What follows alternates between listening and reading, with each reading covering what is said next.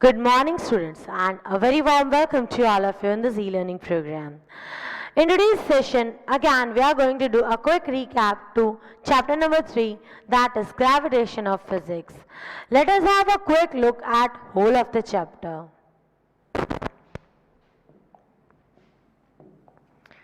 The chapter that revision we are doing is chapter 3, gravitation.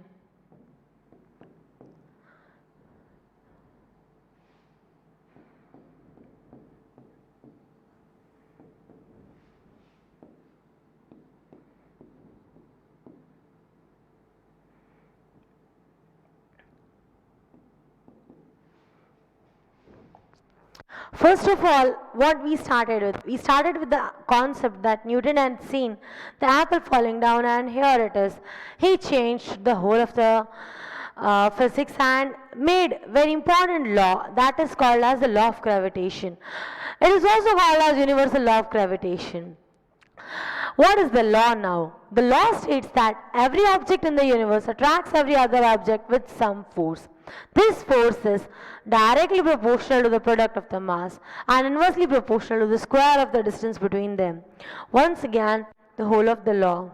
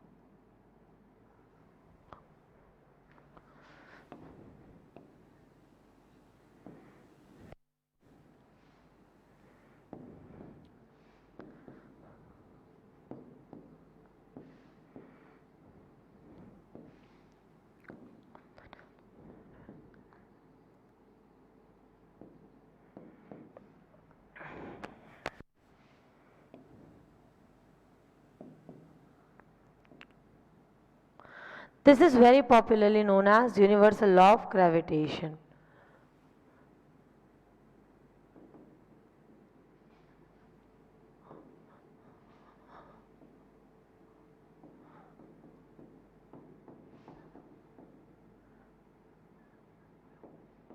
Okay, so what is the universal law of gravitation?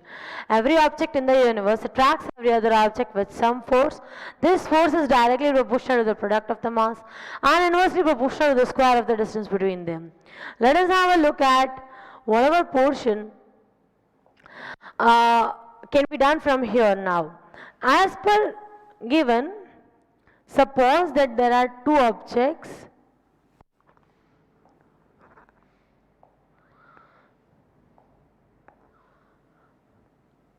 Object 1 and object 2. This is having mass m1, this is having mass m2. Between them,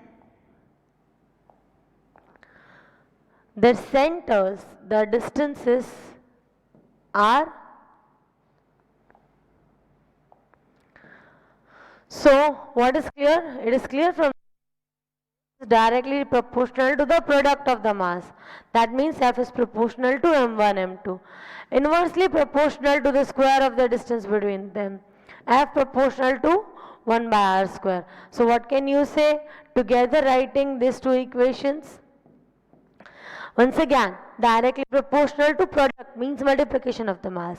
Inversely proportional to means 1 upon proportional to square of the distance between them, their centers. If the distance between their centers is r, then square of it is directly proportional to. Together if you write 1 and 2,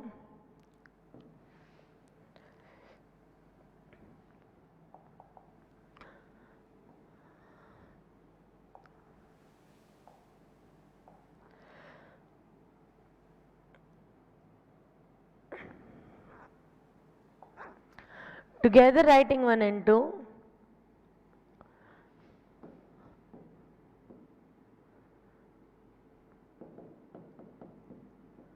what do you get? F proportional to m1 m2 by r square. If you remove the proportionality sign, what it will become? F is equals to g m1 m2 by r square. What is g over here? G is universal gravitation constant,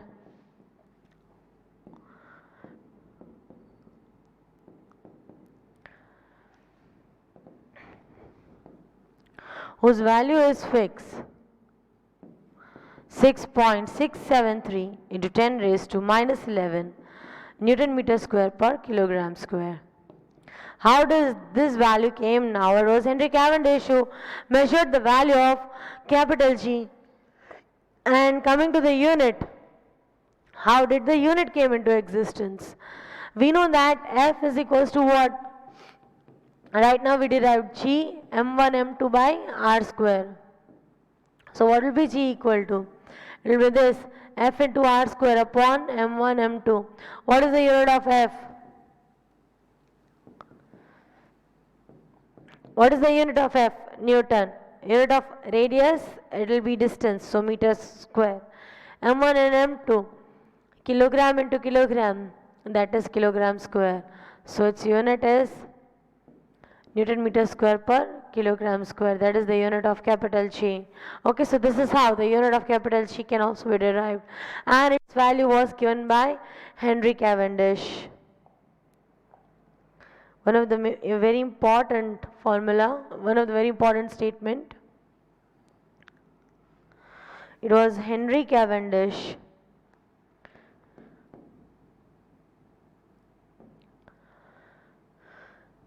who measured the value of capital G.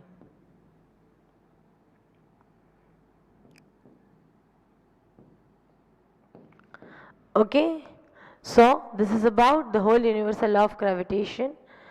You may note it down quickly, then we'll move further on the next particular part, that is the significance of universal law of gravitation, where it is helpful. We are able to move properly, the earth is able to rotate properly around the sun, then the tides and ebbs are produced, that is all because of gravitation. It is just like a boon for us. This gravitational force is having its own impact, and that is only the significance of the universal law of gravitation. Okay, note down this, then we'll move further on the Kepler's 3 law of planetary motion. Quick.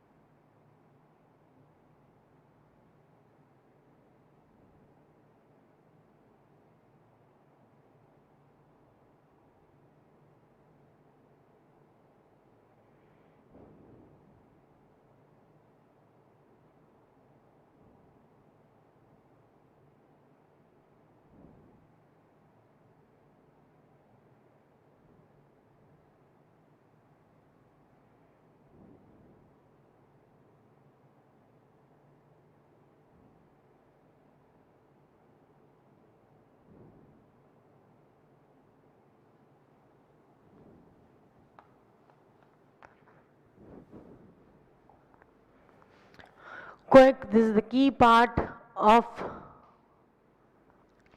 the law.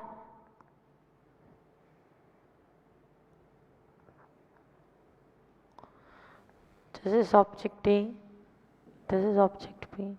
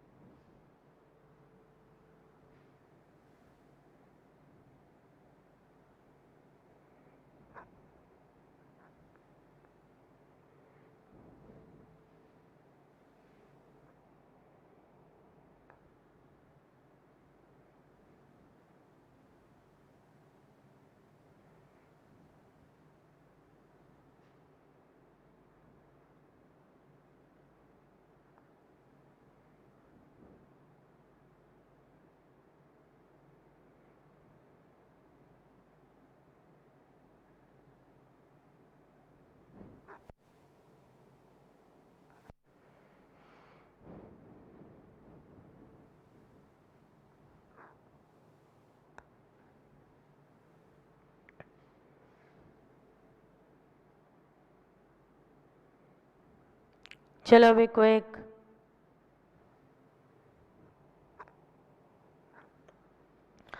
The next part, that is Kepler's law of planetary motion.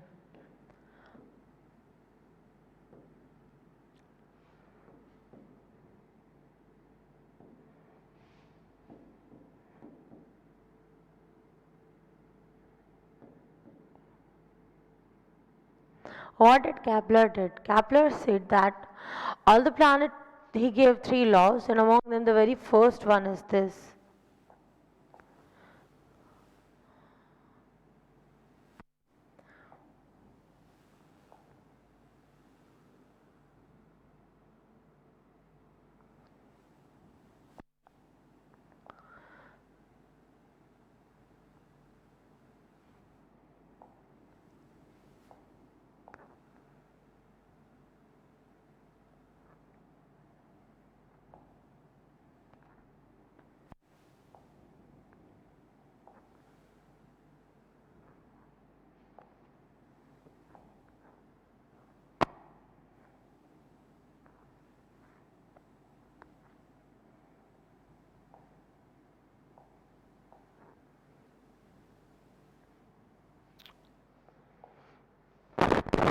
This is the Kepler's first law of planetary motion.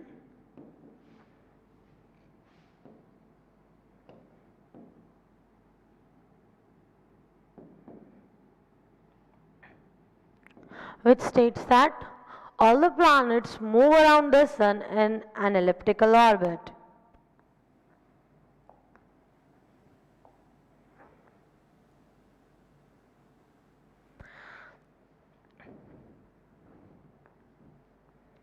This is sun,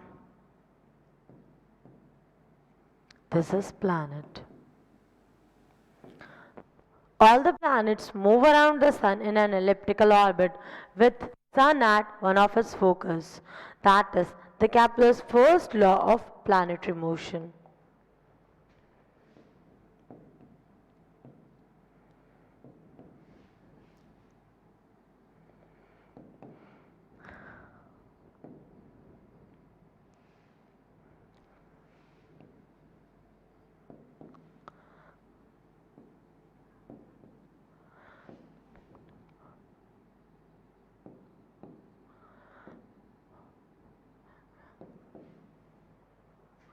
With sun at one of its focus.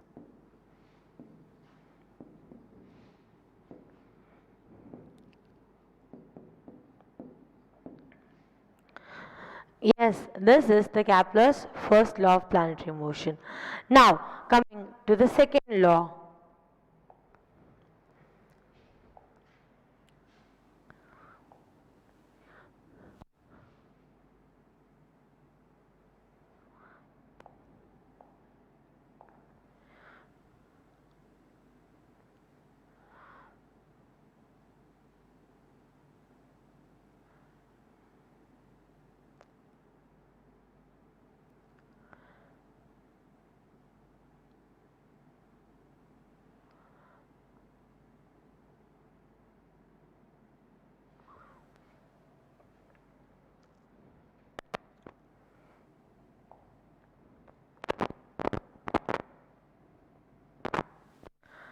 These are points.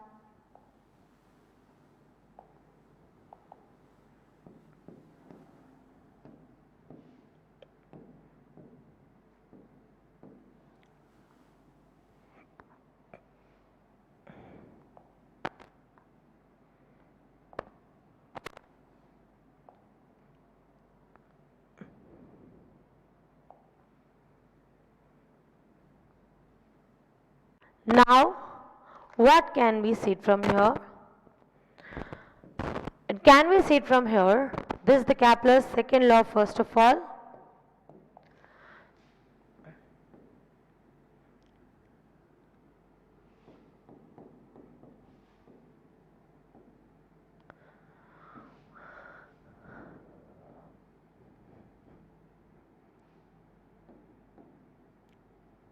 What does the Kepler's second law states? It states that area swept by the planet in equal time interval is equal.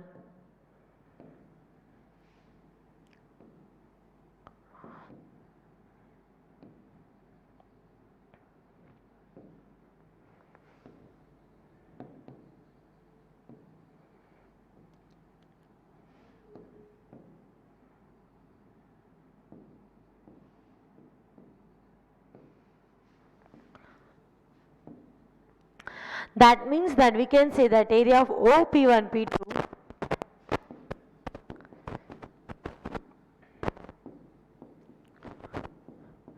is equal to area of OP3, P4.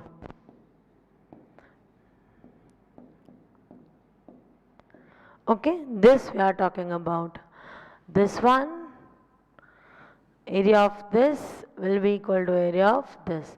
That is, area swept by the planet in equal time interval is equal. If it is covering this much portion over here and in some particular fixed amount of time, and the similar portion it is covering for this portion, then these two areas will be equal. That is said by this Kepler's second law of planetary motion. What does the first law states? First law states that all the planets move around the sun in an elliptical orbit with sun at one of its focus. Next is, what does the Kepler's second law of planetary motion states? It states that area swept by the planet in equal time interval is equal. Coming to the third law of planetary motion. Kepler's third law of planetary motion.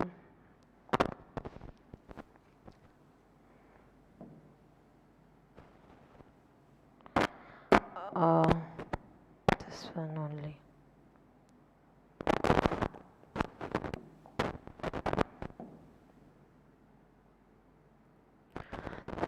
Now,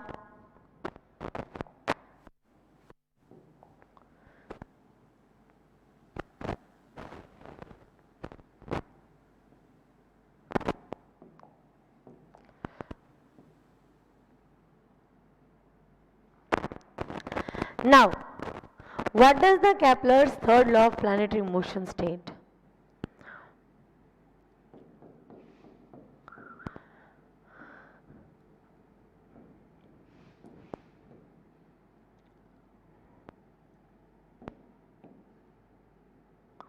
The Kepler's third law of planetary motion states that cube of the square of the periodic time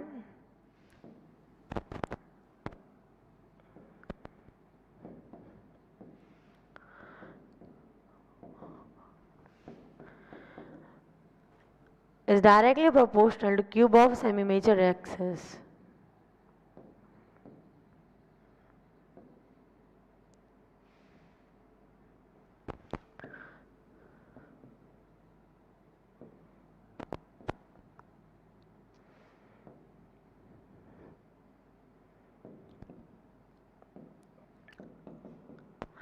The square of the periodic time, suppose time taken by it to complete the whole of the revolution is say t. Square of it is directly proportional to cube of semi-major axis. Let us say semi-major axis is this.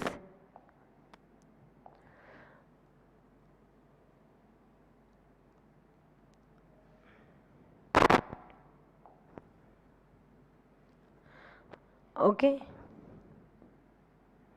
This is R, and the time taken to complete whole revolution is say t. Its periodic time is t. So square of the periodic time is directly proportional to cube of semi-major axis. This is the Kepler's third law of planetary motion. Again coming in class 11, and so it's a very important part. Okay, once again, Kepler's first law of planetary motion. It states that all the planets move around the sun in an elliptical orbit with sun at one of its focus. Note it, first law. Quick.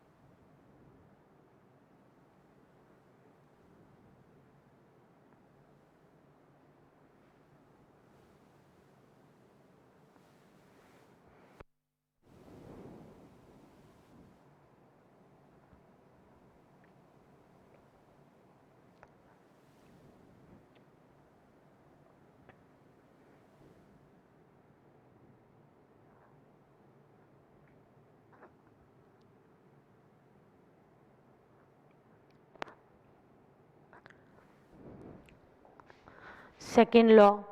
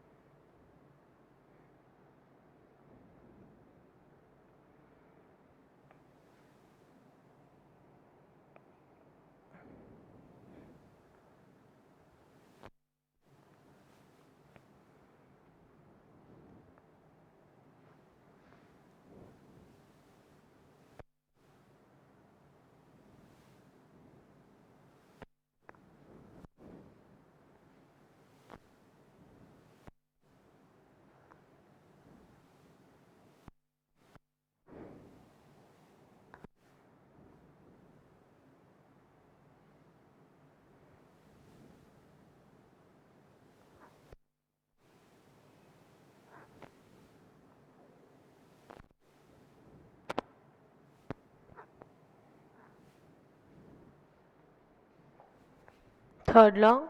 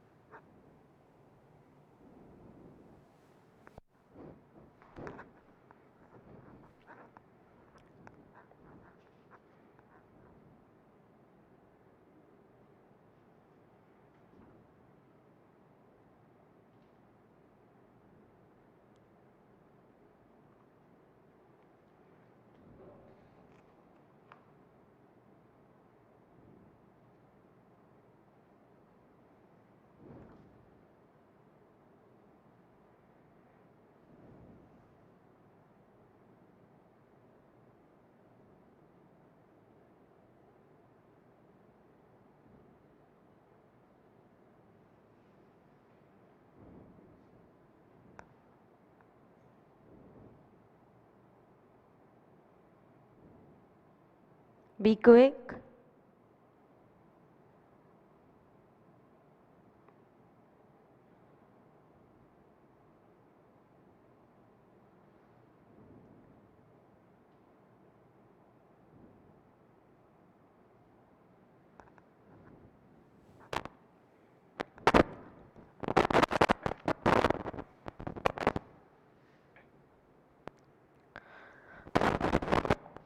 The next concept is how. The centripetal force is responsible, and how can we derive Newton's law of gravitation from Kepler's third law of planetary motion? So here it is.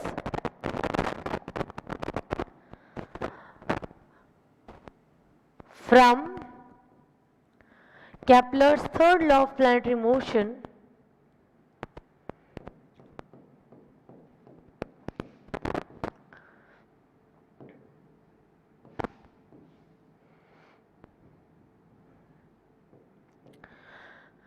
we have to derive what? We have to derive the law of gravitation.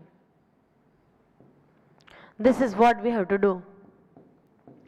Now how can that be done? Yes, that can be done with the help of a very small concept.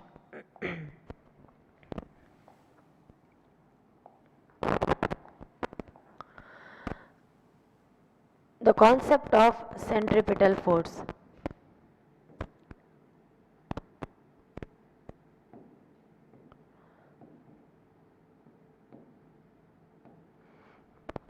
Whenever the object is moving,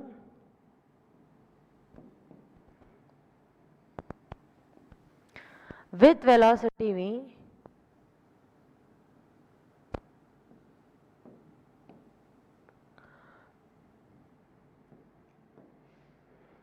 even at the center, there is some kind of force that is acting.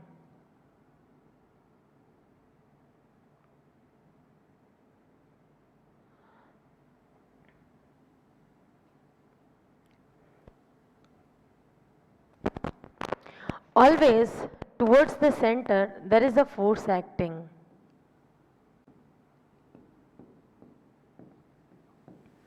Okay, everything whenever it is moving on a circular orbit, center will try to attract it towards itself, and that is called as centripetal force. And centripetal force, if it is denoted by F, then F is equal to mv square upon r. What is the v? It is the velocity of the particular object which is moving. M is the mass of the object, and r is the radius of the center around which the object is moving.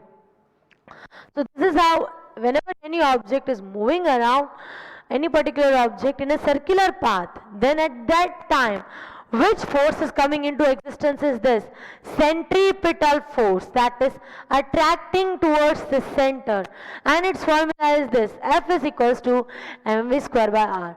Now by using this particular concept, we are going to derive the law of gravitation. We know that as per centripetal force,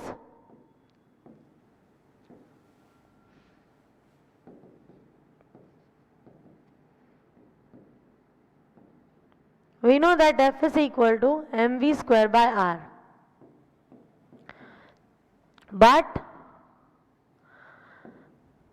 for complete rotation, okay, what will be v equal to 2 pi r by. Yes, so what will be, but v is this, so putting v in the equation,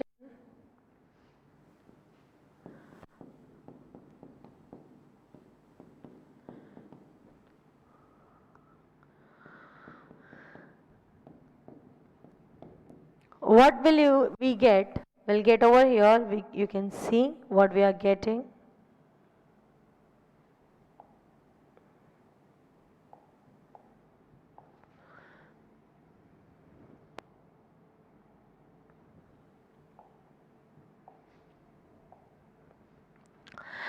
We are putting over here f is equal to m into, instead of v, what are we going to keep? 2 pi r by t. 2 pi r by t, the whole square, and 1 r over here. So what will remain over here? M into 4 pi square r square upon t square and 1 r. Okay? 1 r will get cancelled out over here and 1 will go away. So what will remain? M into 4 into pi square into r upon t square. Now what does the Kepler's second law of planetary motion, third law of planetary motion say? As per third law of planetary motion,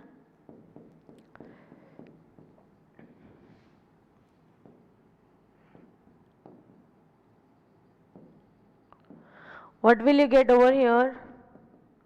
Instead of t square is equal to what? It is k into r cube. So let's put over here f will become what? M into 4 into pi square into r upon what is t square? K into r cube. So 3 times r.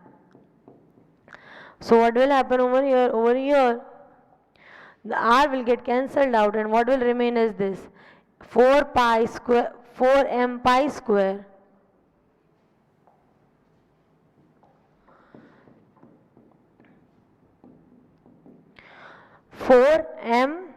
square upon k into r square. Here we can see that this whole part is a constant part. This much is a constant. Because this much is constant, what can I say? We can say that f is proportional to r square. So here it is. The derivation of the Kepler's, by using the Kepler's third law of planetary motion, we derived the Newton's law of gravitation. Okay, so I hope it's clear. Now it's time for you to note down the concept of centripetal force first, and after doing centripetal force you have to note down the next particular part. Okay, so quickly note it.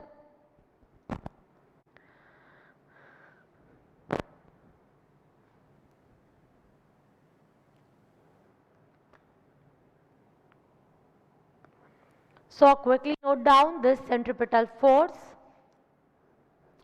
I hope it's noted. Now, okay, this is over. The next one over here. Chalo, be quick.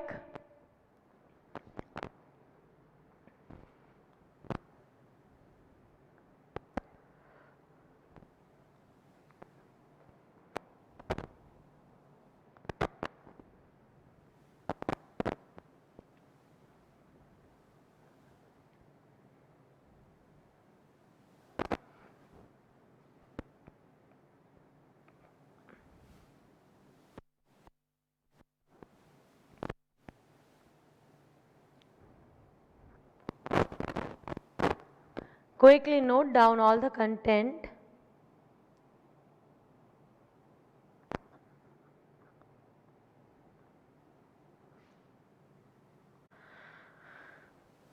Now be quick.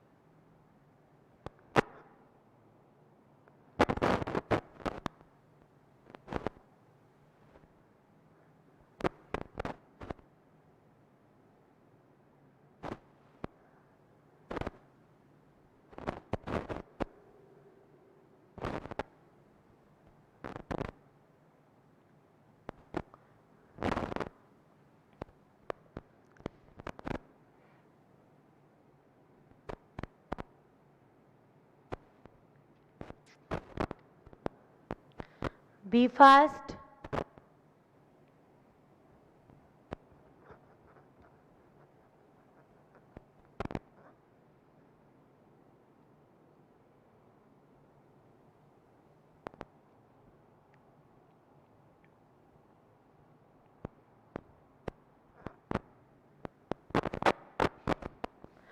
Now the next concept, which is of free fall.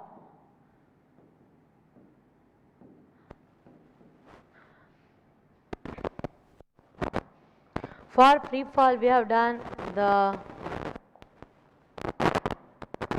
numericals also.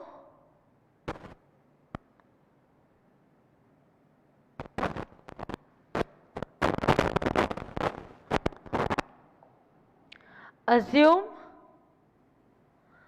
that a body is allowed to fall of mass m, is allowed to fall freely from height h. Then first of all, what are the equations of motion?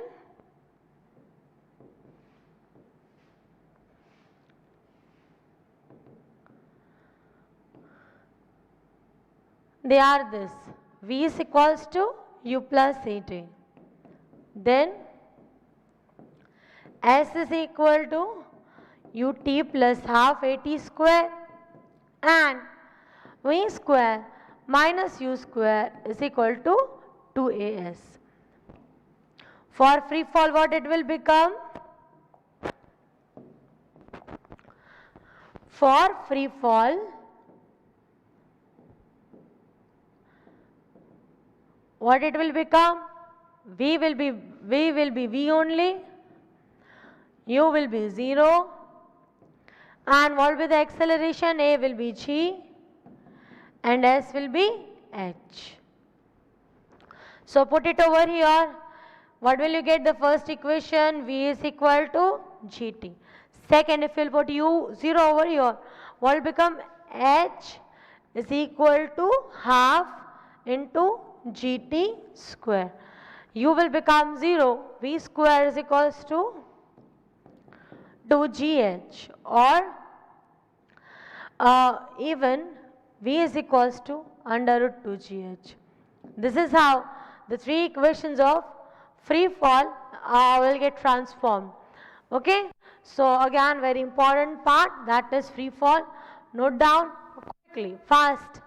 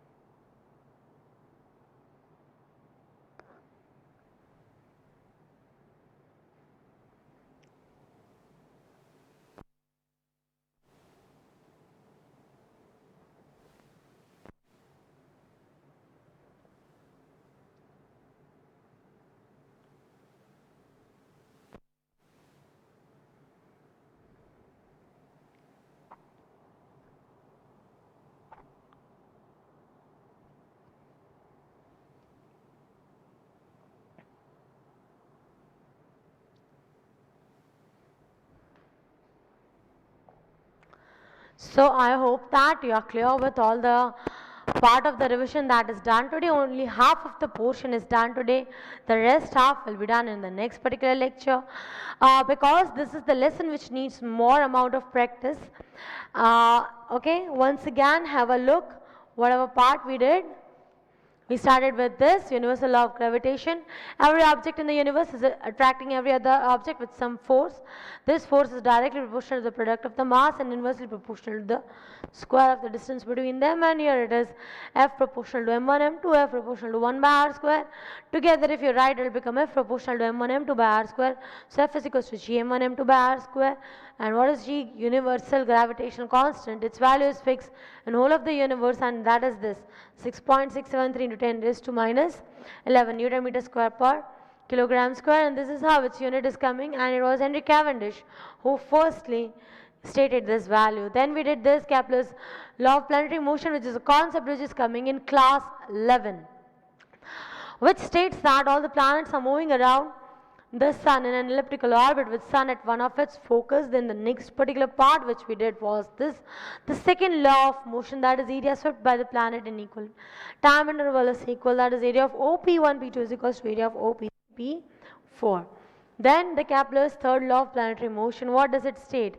It states that square of the periodic time is directly proportional to the cube of semi-major axis.